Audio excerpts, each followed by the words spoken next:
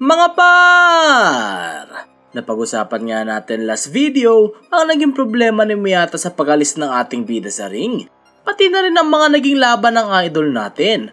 Ngayon naman, pagkikwentuhan natin ang bagong disciple ni Ippo at ang gumulat kay Kamugawa. Matapos manalo si Miyata via decision, umuwi na ito at nakakita ng isang itim na pusa. Sunod itong napatanong kung hanggang kailan siya maghihintay at sinabi nito na maghihintay siya hanggang sa maabot niya ang mga pangarap niya habang bitbit ang kanyang nakitang pusa.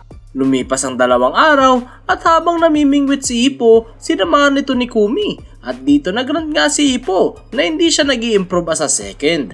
In-encourage naman siya ni Kumi at sabi niya na dapat nga hindi siya maging harsh sa sarili dahil all 3 matches nga kung saan siya second ay panalo. At pinag-focus si Ippo na mag-aral pa at mag-practice sa paggamit ng upuan. Nang binanggit nga ni Ippo ang pangalan ni Miyata, natakot si Kumi dahil baka gusto na naman bumalik ng ating bida sa professional boxing. Pero ang sinabi ni Idol na parang isa na lang din siyang fan at wala siyang nararamdaman nung sinabi ni Imay na gusto niyang kalabanin si Miyata. Dati nga daw mga par, kapag narinig niya mga bagay na yun, mas lalo siyang na-excite.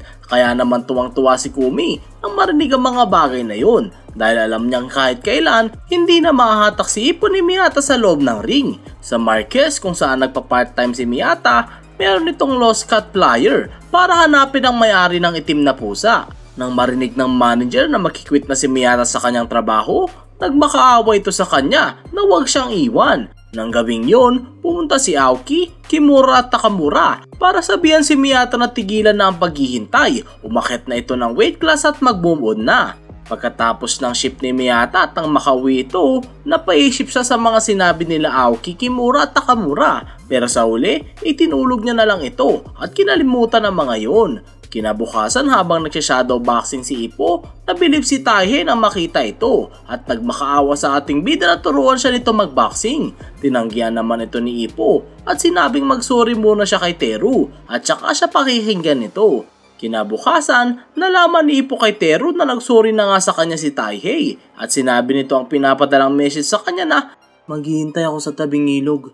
Matapos yun, pumunta na ito sa meeting spot kung saan nadatnan niya si Taihei na hinihintay siya.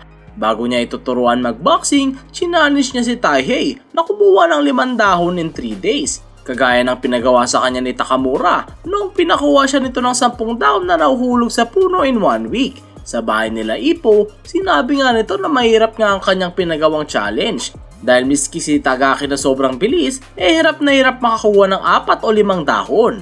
At sunod na sinabi ni Ippo na kung magawa nga ito ni Taihei, siguradong kakailangan nitong ibigay ang kanyang best. Matapos ang 3 araw, pinakita na ni Taihei ang naging resulta. At nang gawin niya na ang challenge, successful niyang nagawa ito at nakakuha ng 5 dahon. Pero sabi ni Ippo na hindi pa doon natatapos ang challenge at pinapabalik ito ni Ippo doon bukas dahil meron pa silang foundation na kailangang i-improve. Pagkatapos makuha ni Ippo ang approval ni Teru na okay lang naturuan niya ito ng boxing, nagsimula na ang pagro-roadwork ng ating bida at ni Taihei. Araw-araw na nagro-roadwork ang dalawang ito. Maulan man o maaraw, hindi sila tumitigil sa kanilang training. Hanggang sa dumating na ang point na nabagot na si Taihei sa pagtakbo at napatanong kung pwede bang ibang training naman ang kanilang gawin. Nang sabihin ni Taihei na nag-i-struggle nga lang siya at napaka-question kung talaga bang lumalakas na siya, sinabi ni Ippo na ang kanyang ginagawa hindi lang basta-basta struggle, kundi ito ay effort. At sunod na sinabi nito na akala nga daw ng ating bida ay hindi magtatagal itong si Taihei. Dahil sa experience niya, kapag mga nasa point na kung nasan ngayon si Taihei, kadalasan nakikwit na. Kaya naman nabibilib siya sa kanya. Dahil doon, nabuhayan ulit si Taihei na mag-training ng mas maigi. Matapos yun, pumunta na si Ippo sa Kamugawa Boxing Gym. Nagulat ito at mabilis na niyakap si Tanda nang makita niya ito. Napansin ni Ippo na si Kamugawa nga ay nakamits. Dahil nga kakabalik lang ni Tanda, gusto nito ay make sure na nasa kondisyon pa rin siya bago sila mag-meet training ni Takamura. Sabi nga ni Yagi, dapat silang dalawa ang mag-meet training ni Kamugawa. Pero dahil nandun na si Ippo, nag-switch places na silang dalawa ni Yagi. Tinanggal na ng ating bida ang kanyang weights. Sunod nating nakita si Idol na naka-gloves at pareha silang excited ni Tanda. Sinimulan na ni Ippo ang kanilang usual pattern ni Tanda at nabalib nga sila sa isa't isa dahil pareha silang in great shape at wala pa ring nagbabago. Nang dumating si Itagaki, narinig nito ang malulutong na suntok sa meats. Dumating na din si Kimura at Aoki, kaya naman sabi ni Itagaki na sa suntok ni Takamura nang gagaling mga malulutong na tunog na yon. Pero biglaan ding dumating si Takamura at sinabi nitong hindi siya yon. At nang mapasilip ito sa bintana, nakita niya si Kamugawa at Ippo na nagmi-meat training. Tuwang-tuwa nga si Itagaki at gusto nitong pumasok agad. Pero pinigilan ito nila Kimura para bigyan ng privacy ang ating bida at si Tanda. At doon, masaya nilang pinanood nila Kimura, Aoki at Itagaki ang dalawang ito. Habang si Takamura naman ay tila hindi interesado sa meet session na yun. Nang sabihin ni Kamugawa na bilisan pa ni Ippo ang tempo, dito na ginamit ni Ippo ang kanyang bagong lakas na gumulat kay Tanda. Sabi nga ni Yagi na nagbago ang tunog ng meets, hindi na tumatama ang mga suntok ng malinis dito at wala na nga sa rhythm ang mga kombinasyon. Naging interesado na si Takamura sa meet practice at seryoso na itong pinapanood. Sa una nga, akala ni Yagi na hindi makasabay itong si Ippo, pero narealize din ito na kabaliktaran pala ang nangyayari. Nagulat si Kamugawa at hindi nito alam kung ano ang nangyari nang mawala siya sa gym. Naging sobrang mas mabilis ang ating idol, to the point na bigla na lang itong nawawala sa paningin ni Tanda at hindi na rin ito masalo ang mga suntok sa sobrang bilis. Sa uli, narealize ni Kamugawa na nasa ibang level na si Ippo at mas lalo na itong lumakas. At sunod na pinatalsik ang kamay ni Kamugawa gamit ang isang malabombang suntok. Gumabi na nang matapos ang dalawang ito sa kanilang meet session at na-excite nga si Aoki sa kanyang nakita at hoping ito na bumalik si Ippo sa ring. Pero sabi naman ni Kimura na delikado since pag nagtamo pa ito ng mga suntok, pwedeng matuluyan si Ippo. Subalit hindi pa rin tumigil si Aoki, kaya naman napasigaw na si Kimura at pinatahimik ito. Dahil higit sa lahat, siguradong gustong gusto ni Tanda na sabihin kay Ippo ang mga sinasabi ni Aoki. Pero pinipigilan nito ang kanyang sarili para hindi tuluyang magka-punch drunk si Ippo. Nang tanungin ni Kamugawa si Ippo kung ano ang kailangan nito at napadaan siya sa gym, sagot ng ating bida na nagbabaka sakali siya kung merong meets na hindi ginagamit si Tanda. At sunod nilang nalaman na si Ippo nga ay meron ng disciple. Binigay ni Kamugawa ang meets na ginamit niya noong unang beses silang nag-meet practice ni Ippo at tuwang-tuwa ang ating bida at nangako itong iti-treasure niya yon. Sa pag-alis ni Ippo, nangako ito kay Kamugawa na babalik siya ulit na tila ba meron itong malalim na meaning. Kaya naman nagulat at natulala si Tanda sa kanyang narinig at miski ang mga gymmates nito ay napatahimik din. Kinabukasan, trinin na ni Ippo si Tae gamit ang meets habang binibigyan ito ng mga advice sa kanyang suntok. Nang mag-break sila, tinanong ni Tae kung anong coach meron si Ippo. Sinabi nito na lagi nga siyang pinapagalitan ni Tanda. Kaya naman akala ni Tae na matandang laging galit lang si Kamugawa. Sagot naman ni Ippo, hindi lang yun basta galit at sinabi nitong grateful siya sa mga pangaral ni Kamugawa. Dahil doon, mas lalo siyang lumakas at hindi nagkaroon ng malubhang injury nang dahil sa mga wholehearted na pangaral na yun. Nang tanungin ito ni Ippo kung meron bang nagpapangaral kay Tae katulad ng ginawa sa kanya ni Kamugawa, sabi ni Tae na sobrang laki ng pamilya niya. Kaya naman hindi sila natututukan masyado ng magulang niya. Lagi nga din daw busy ang mga yon at hindi niya naramdaman na naging wholehearted sila sa kanya. Pero narealize din ito na naging totoo sa kanya ang kuya niya. Matapos yon, nag-training ang dalawang ito hanggang magabi. Bago umuwi, inassure ni Ippo na hindi masasayang effort at paghihirap ni Taihei at sunod na pinaalalahanan na huwag sumali sa mga gulo. Nang makaalis na si Taihei, nagsalita na si Itagaki na nakikinig pala sa kanila. Sinabi nga nito na ni Onti walang karespe-respeto si Taihei sa kanya at dahil nga sa tingin nito hindi pa rin nagbabago si Taihei, nabanggit ni Itagaki na wag na itong itrain ni Ippo bago pa maging problema ito. Pero naniniwala pa rin si Ippo na nagbago na itong si Taihei dahil na rin tinitingala nito ang kuya niya. Kinabukasan, meron namumuong bagyo. Nang dumating si Ippo sa meeting spot, biglang bumuhos ang malakas na ulan. Kaya naman nag-worry si Ippo na baka hindi pumunta si Tae para sa kanilang training. Dumating si Teru habang sumisigaw na meron niyang problema patungkol kay Taihei. Dito, nalaman ni Ippo na meron ngang kaaway si Taihei sa ibang school at napagkasunduan nila na magkakaroon sila ng final battle bago mag-summer para malaman talaga kung sino ang mas malakas na grupo. Pero sabi din ni Teru na dahil nga madaming problema ang grupo ni Taihei, na-kick-out na ang mga to. Kaya napilitan si Tae na pumunta doon ng mag-isa at sinabi ni Teru na kailangan ni Ippo na tumulong. Na magmamadali na si Ippo na pumunta doon at tulungan si Taihei, sinabi ni Teru na si Umizawa pala ang kailangan ng tulong. Dahil nga ayaw madungisan ni Umizawa ang pangalan ni Ippo na isang former pro boxer at para na din makabawi sa pumubuli nito dati, sinabi nito na isasakripisyo niya ang sarili niya at siya na lang ang magpapabugbog. Mabilis na tumakbo si Ippo at Teru sa location na yon. Pagdating nila, nagulat si Ippo sa kanyang nakita at tila ibang Taihei ang nasa harap niya. At nagpasalamat ito sa ating bida sa pagtitrade sa kanya kaya mas lalo siyang lumakas. Sinubukan patigilin ni Ippo ito at niyaya na mag-training ulit. Pero sagot ni Taihei, "Sorry master, pero hindi na kita kailangan. Sa simula pa lang alam kong mabait ka.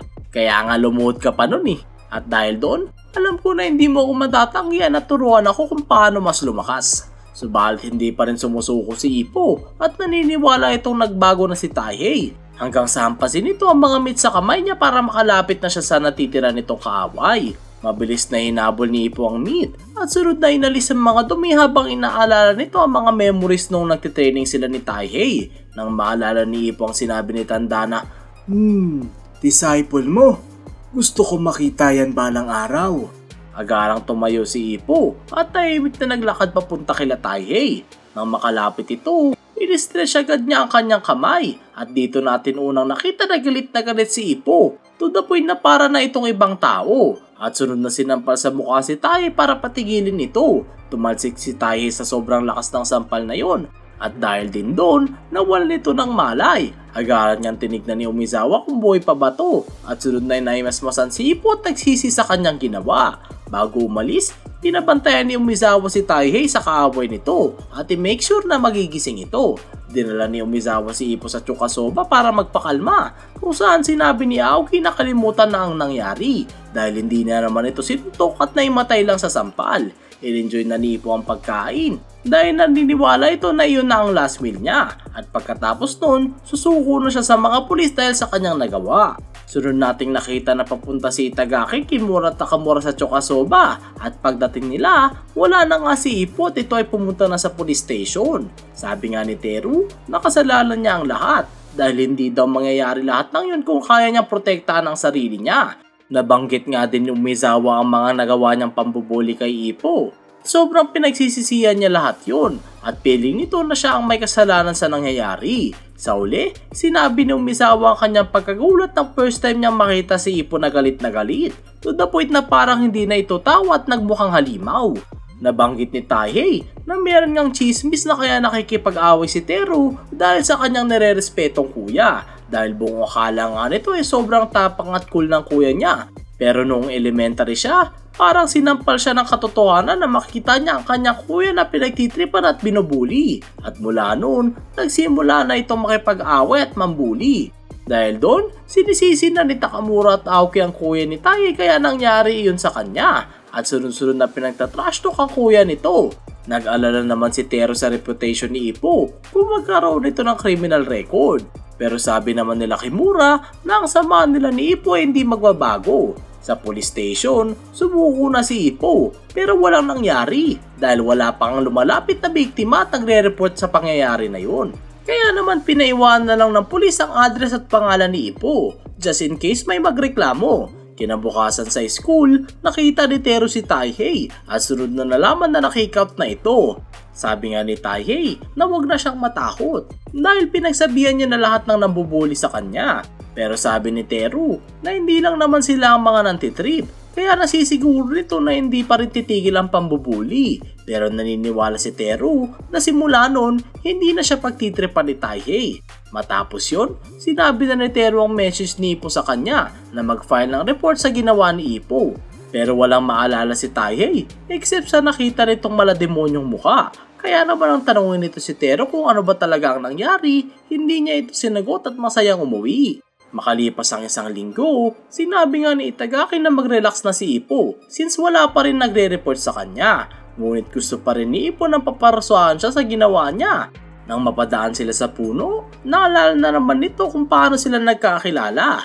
Sabi naman ni Itagaki na wag niya na itong isipin at mag-focus na lang sa mga taong nasa harap niya. At nang tanongin ni Ippo kung sino ang tinutukoy niya, sinabi ni Tagaki na siya nga iyon dahil sobrang pangit na nangyayari sa kanyang boxing at siya ay nasa Islam, pero tinik naman ito ni Ippo as positive dahil ang mga tao nga lang daw na nalalagay sa Islam ang mga talentado, at dahil nga maraming hindi kayang gawin si Ippo, hindi talaga nagkaroon ng chance na maranasan niya ang tinatawag nilang slump.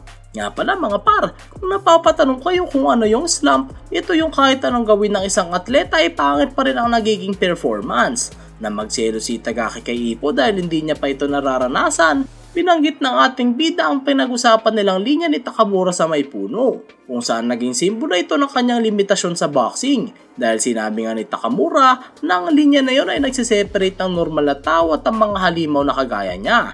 At hindi nga ito nagawang lagpasan ng ating bida na si Ippo. Akala nga daw ni Ippo na kaya niyang i-overcome lahat ng slump, pero in the end, na-realize niya na yun na pala ang kanyang limit at doon na muna magtatapos ang ating video.